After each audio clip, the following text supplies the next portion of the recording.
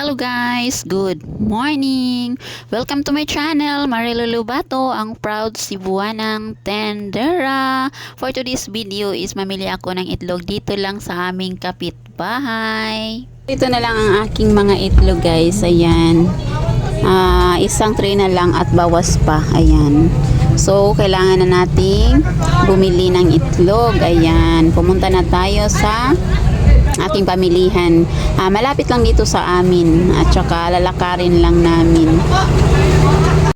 Nandito na tayo. Ito ang kanilang mga alagang manok guys. Ayan, puntahan natin.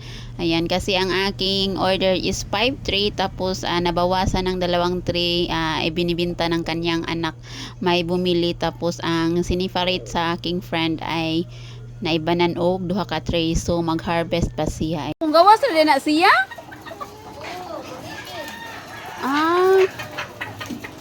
Nya ang ipakaw na kanang itlog lawg nga para pa itlog.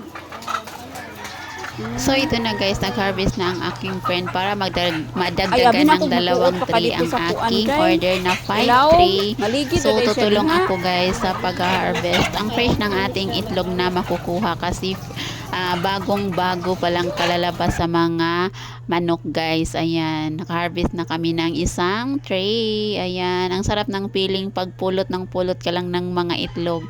Very fresh, mainit-init pa, fresh from the farm. Good siya guys. Ayan, ang ganda siguro ng ganitong business guys. Ayan, nag-i-enjoy ako sa pagpamulot ng mga itlog kasi mainit-init pa good siya. Ayan, bago pa gini siya nga giitlog ang uban. Karon-karon pa gyud ni siya guys. Ayan, mainit-init pa ang mga itlog ng aking mga pinamulot guys. Ayan, super Bisaya ang iyong tendera guys. Kaning Bisaya ta ba, klaro jud kayo bisag magtagalog pa tano kay ang pangtuno pa lang daan sa atong paningog ay susperte na yung gahi. Basta taga Cebu ka guys, sinani gyud ni ang among mga tuno. Super kapustak og paningog basta Bisayang dako. Ang sarap talaga ng feelings guys na ikaw ang mag-harvest sa mga paninda mong itlog. Alam mo na very fresh ang iyong paninda.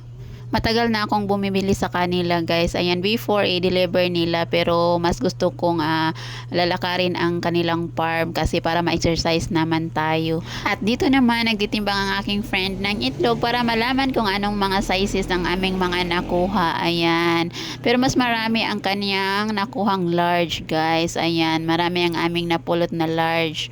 At saka hindi pa rin kasya sa 5 tray, kukuha pa rin ako ng ibang sizes. At ayan, pauwi na tayo.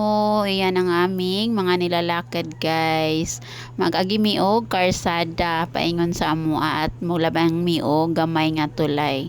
Ayan, super ma-exercise yun ta diri dapita guys. Kaya diri sa tindahan magsige ra gyud tag lingkod mo barong ra gyud ta og na ay tao or na ay customer. Ito na ang aking napamili na itlog. Ayan, 1 2 3 4 5 3. Ayan, 4 na large at saka isang XL ang aking napamili guys.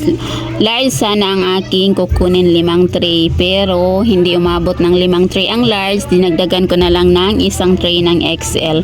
11 pesos ang aking bintahan guys. Ayan, malaki ang kanilang large. So, ipaibabaw na to ang atong daan nga stocks para ang mauna o kahalin. Maganda talaga guys na hindi natin antayin na maubos lahat ang ating paninda na itlog. Pag nakita ko na napaubos na ang aking itlog, isang tray o 2 tray, nag-order na talaga ako sa kanila guys. Nagte-text na ako sa aking friend na magpa-ready na ko og 5 ka tray kaya ako lang siyang kuhaon sa ilaha. Ayan, para hindi tayo maubusan. Kasi pag antayin pa natin na maubos na talaga ang ating paninda na itlog tapos pag chat natin is wala pang stocks, ayan, ubos na yan.